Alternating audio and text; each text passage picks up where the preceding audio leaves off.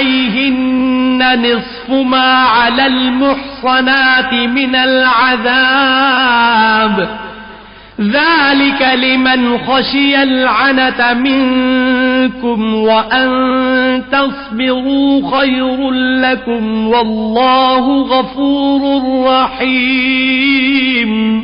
اور جو شخص تم میں سے مومن آزاد عورتوں یعنی بیویوں سے نکاح کرنے کا مقدور نہ رکھے تو مومن لونڈیوں ہی سے جو تمہارے قبضے میں آ گئی ہوں نکاح کر لی، اور خدا تمہارے ایمان کو اچھی طرح جانتا ہے۔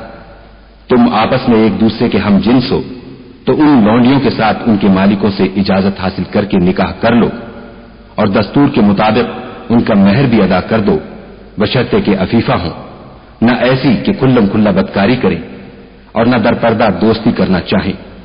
پھر اگر نکاح میں آ کر بدکاری کا ارتکاب کر بیٹھے تو جو سزا آزاد عورتوں یعنی بیویوں کے لیے ہے اس کی آدھی ان کو دی جائے۔ یہ لونڈی کے ساتھ نکاح کرنے کی اجازت اس شخص کو ہے جسے گناہ کر بیٹھنے کا اندیشہ ہو، اور اگر صبر کرو تو یہ تمہارے لیے بہت اچھا ہے، اور خدا بخشنے والا مہربان ہے۔ يريد الله ليبين لكم ويهديكم سنن الذين من قبلكم ويتوب عليكم والله عليم حكيم۔ خدا چاہتا ہے کہ اپنی آیتیں تم سے کھول کھول کر بیان فرمائے اور تم کو اگلے لوگوں کے طریقے بتائے اور تم پر مہربانی کرے، اور خدا جاننے والا اور حکمت والا ہے۔ والله يريد أن يتوب عليكم ويريد الذين يتبعون الشهوات أن تميلوا ميلا عظيما۔ اور خدا تو چاہتا ہے کہ تم پر مہربانی کرے، اور جو لوگ اپنی خواہشوں کے پیچھے چلتے ہیں وہ چاہتے ہیں کہ تم سیدھے رستے سے بھٹک کر دور جا پڑو۔ يريد الله أن يخفف عنكم وخلق الإنسان ضعيفا۔ خدا چاہتا ہے کہ تم پر سے بوجھ ہلکا کرے، اور انسان طبعاً کمزور پیدا ہوا ہے۔ يا أيها الذين آمنوا لا تأكلوا أموالكم بينكم بالباطل إلا أن تكون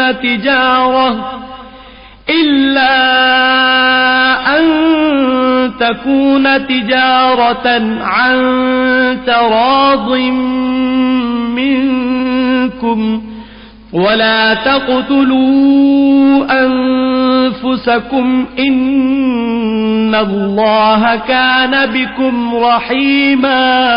مومنوں ایک دوسرے کا مال ناحق نہ کھاؤ، ہاں اگر آپس کی رضامندی سے تجارت کا لین دین ہو اور اس سے مالی فائدہ حاصل ہو جائے تو وہ جائز ہے، اور اپنے آپ کو ہلاک نہ کرو، کچھ شک نہیں کہ خدا تم پر مہربان ہے۔ يريد الله أن يخفف عنكم وخلق الإنسان ضعيفا۔ خدا چاہتا ہے کہ تم پر سے بوجھ ہلکا کرے، اور انسان طبعاً کمزور پیدا ہوا ہے۔ ومن يفعل ذلك عدوانا وظلما فسوف نصليه نارا وكان ذلك على الله يسيرا۔ اور جو تعدی اور ظلم سے ایسا کرے گا ہم اس کو عنقریب جہنم میں داخل کریں گے، اور یہ خدا کو آسان ہے۔ ان تجتنبوا كبائر ما تنهون عنه نكفر عنكم سيئاتكم وندخلكم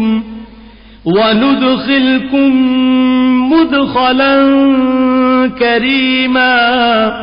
اگر تم بڑے بڑے گناہوں سے جن سے تم کو منع کیا جاتا ہے اجتناب رکھو گے تو ہم تمہارے چھوٹے چھوٹے گناہ معاف کر دیں گے اور تمہیں عزت کے مکانوں میں داخل کریں گے۔ ولا تتمنوا ما فضل الله به بعضكم على بعض للرجال نصيب مما اكتسبوا وللنساء نصيب مما اكتسبن واسألوا الله من فضله إن الله كان بكل شيء عليما. اور جس چیز میں خدا نے تم میں سے بعض کو بعض پر فضیلت دی ہے اس کی ہوس مت کرو. مردوں کو ان کاموں کا ثواب ہے جو انہوں نے کیے اور عورتوں کو ان کاموں کا ثواب ہے جو انہوں نے کیے اور خدا سے اس کا فضل و کرم مانگتے رہو. کچھ شک نہیں کہ خدا ہر چیز سے واقف ہے. وَلِكُلٍّ جَعَلْنَا مَوَالِيَ مِمَّا تَرَكَ الْوَالِدَانِ وَالْأَقْرَبُونَ وَالَّذِينَ عَقَدَتْ أَيْمَانُكُمْ فَآتُوهُمْ نَصِيبَهُمْ إِنَّ اللَّهَ كَانَ عَلَى كُلِّ شَيْءٍ شَهِيدًا. اور جو مال ماں باپ اور رشتہ دار چھوڑ مرے تو حقداروں میں تقسیم کر دو کہ ہم نے ہر ایک کے حقدار مقرر کر دیے ہیں اور جن لوگوں سے تم عہد کر چکے ہو ان کو بھی ان کا حصہ دو. بے شک خدا ہر چیز کے سامنے ہے. الرجال قوامون على النساء بما فضل الله بعضهم على بعض وبما أنفقوا من أموالهم فالصالحات قانتات حافظات للغيب بما حفظ الله واللاتي تخافون نشوزهن فعظوهن واهجروهن في المضاجع واضربوهن فإن أطعنكم فلا تبغوا عليهن سبيلا إن الله كان عليا كبيرا. مرد عورتوں پر مسلط و حاکم ہیں اس لیے کہ خدا نے بعض کو بعض سے افضل بنایا ہے اور اس لیے بھی کہ مرد اپنا مال خرچ کرتے ہیں تو جو نیک بیویاں ہیں وہ مردوں کے حکم پر چلتی ہیں اور ان کے پیٹھ پیچھے خدا کی حفاظت میں مال و آبرو کی خبرداری کرتی ہیں. اور جن عورتوں کی نسبت تمہیں معلوم ہو کہ سرکشی اور بدخوئی کرنے لگی ہیں تو پہلے ان کو زبانی سمجھاؤ. اگر نہ سمجھیں تو پھر ان کے ساتھ سونا ترک کر دو. اگر اس پر بھی باز نہ آئے تو زد و کوب کرو اور اگر فرما بردار ہو جائیں تو پھر ان کو ایذا دینے کا کوئی بہانہ مت ڈھونڈو. بے شک خدا سب سے اعلیٰ اور جلیل القدر ہے.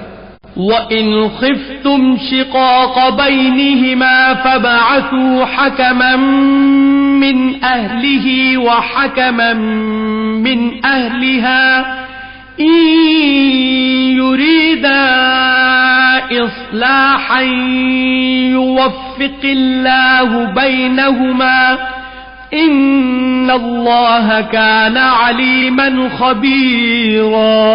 اور اگر تم کو معلوم ہو کہ میاں بیوی میں انبن ہے تو ایک منصف مرد کے خاندان میں سے اور ایک منصف عورت کے خاندان میں سے مقرر کرو. وہ اگر صلح کرا دینی چاہیں گے تو خدا ان میں موافقت پیدا کر دے گا. کچھ شک نہیں کہ خدا سب کچھ جانتا اور سب باتوں سے خبردار ہے.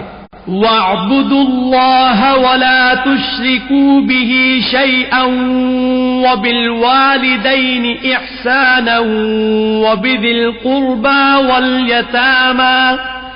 وَالْيَتَامَى وَالْمَسَاكِينِ وَالْجَارِ ذِي الْقُرْبَى وَالْجَارِ الْجُنُبِ وَالصَّاحِبِ بِالْجَنبِ وَابْنِ السَّبِيلِ وَمَا مَلَكَتْ أَيْمَانُكُمْ إِنَّ اللَّهَ لَا يُحِبُّ مَنْ كَانَ مُخْتَالًا فَخُورًا. اور خدا ہی کی عبادت کرو اور اس کے ساتھ کسی